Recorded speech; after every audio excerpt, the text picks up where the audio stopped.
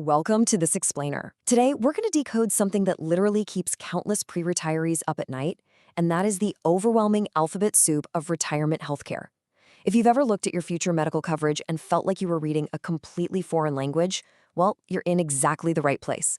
We are going to logically untangle this complex system step by step. And by the end of our time together, you're going to know exactly how these different Medicare parts work together to form a rock-solid protective shield for your retirement savings. Here's our quick roadmap for today. First, the retirement cost reality. Second, decoding the Medicare alphabet. Third, filling the coverage gaps. Fourth, the hidden costs of IRMA. And finally, number 5, putting the puzzle together. Okay, Section 1, the retirement cost reality. Before we start snapping the Medicare pieces together, we really need to establish the stakes here. I want you to think about this question. Is $2 million enough to retire? For most of our lives, that number sounded like an absolute fortune, right? Under the traditional 4% withdrawal rule, a $2 million portfolio provides about $80,000 a year. But here's the problem. That old 4% rule is starting to look pretty broken for the modern retiree. Why? Because $80,000 today is simply not going to buy the same lifestyle in 20 or 30 years, especially when you look at the specific inflation hitting retirees the absolute hardest. Retirement income just isn't a fixed formula anymore. It has to be a living, breathing strategy. And this number is exactly why. 5.8%. That is the projected average annual increase in healthcare costs for a healthy 65-year-old couple retiring in 2026. Medical expenses have this long-standing pattern of climbing at roughly twice the rate of regular inflation. Because healthcare has low price elasticity, meaning, we buy it no matter what because our lives depend on it, these costs compound aggressively over time. Moving on to Section 2, decoding the Medicare alphabet. So how do we actually protect that $2 million nest egg from compounding medical inflation? Well, we build a highly efficient healthcare package. Let's lay down the foundational building blocks. Imagine you're building a retirement house. Medicare Part A, that is your concrete foundation. This covers your inpatient medical expenses, so hospitalizations, limited nursing home stays, and rehab. And for 99% of retirees, the monthly premium for Part A is exactly $0. Why? Because you already paid for it through FICA payroll taxes during all your working years. As long as you or your spouse contributed for 10 years, this foundation is securely poured and in place. Now, if Part A is the foundation, Part B makes up the walls of your house. This covers outpatient care, your everyday doctor visits, preventative screenings, and medical tests. But unlike Part A, this block isn't free. In 2026, the standard base premium is $202.90 per month. That amount typically gets deducted automatically right out of your Social Security benefits. So when you look at how these two foundational pieces work together, Part A handles the inpatient hospital side, and Part B handles the outpatient clinical side. Together, they form what's known as Original Medicare. But here's the catch you need to know about. Original Medicare doesn't cover everything. It typically only pays about 80% of approved costs once your deductibles are met. And that leaves a massive 20% pothole in your financial plan. Which brings us right to Section 3, filling the coverage gaps. Our retirement house has a foundation and walls, but it doesn't have a roof yet. Enter Medicare Part D. These are prescription drug plans administered by private insurance companies, but overseen by Medicare. Now, recently, the Inflation Reduction Act fundamentally changed how Part D works. The good news? It set a strict annual out-of-pocket maximum of $2,000, which is absolutely fantastic for retirees with chronic conditions taking expensive medications. But the bad news? Because insurers are suddenly absorbing way more of that excess cost, base premiums for Part D have risen substantially across many states, and some standalone plans are just disappearing entirely. And to completely finish our house, we need that roof. That's Medigap, or supplemental insurance. This is private insurance specifically designed to snap right into Original Medicare and cover that 20% coinsurance gap we talked about earlier. Now, because private companies sell these, premiums vary wildly depending on what state you live in. Plus, Medigap plans have an age rating policy. That means your premiums naturally inflate by an average of 3.5% every single year just because you're getting older. And that's on top of normal medical inflation. At this point, you basically have two primary strategies for putting all these pieces together.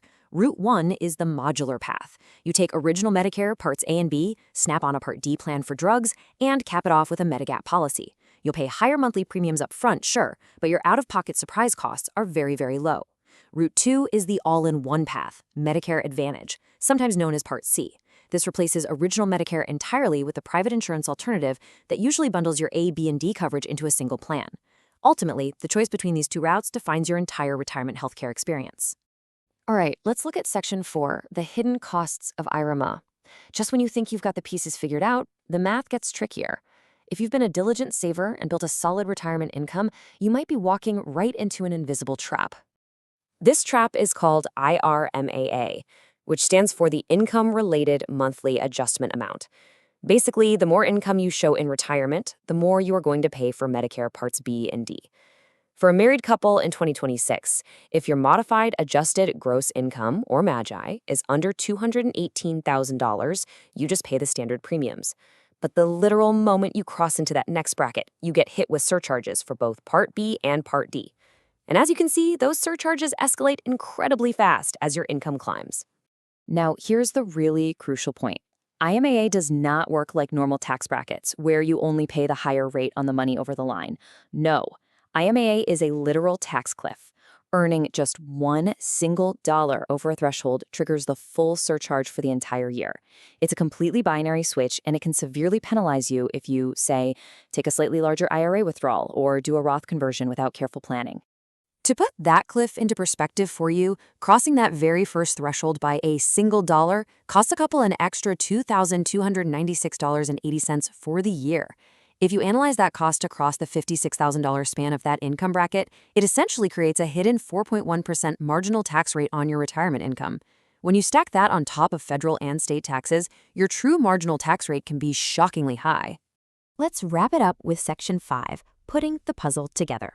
We've decoded the pieces, we see how they all snap together, and we know the dangers of the IRMA tax cliff. So let's see what this looks like in practice. Let's apply this to a real-world scenario. Meet Peter and Lorraine. They're a hypothetical couple, both turning 65 in 2026 and retiring in Missouri, which happens to be a higher-cost state for retirement health care. Their combined MAGI is $200,000, so they are safely below the IRMA tax cliffs. Now, they have some pretty standard chronic conditions. Peter has high cholesterol, Lorraine has type 2 diabetes, giving them actuarial life expectancies of 85 and 82. When you combine all of these factors and see how the Medicare parts work together over time, their future costs are staggering. By staying safely in their current IRMA bracket, Peter and Lorraine's lifetime healthcare bill projects to over $713,000. But if they accidentally triggered the third IRMA bracket through poor tax planning, those exact same medical needs would suddenly cost them over $911,000. That is nearly a $200,000 penalty simply because of how they managed their retirement income. And this reveals an absolute shocker called the longevity paradox. If Peter and Lorraine were perfectly healthy, no diabetes, no high cholesterol, their annual medical costs would actually be lower, right? But they would likely live into their late 80s or 90s. More years of life means more years of paying Part B, Part D, and Medigap premiums, all while suffering the compounding effects of that 5.8% medical inflation. Over their lifetime, their total healthcare costs could skyrocket to nearly $1.4 million. So as we've seen in this explainer, the components of Medicare, Parts A, B, D, and Medigap, are brilliant tools once you truly understand how they fit together. But they operate in this really aggressive environment of medical inflation and strict income rules. So I want to leave you with this to think about.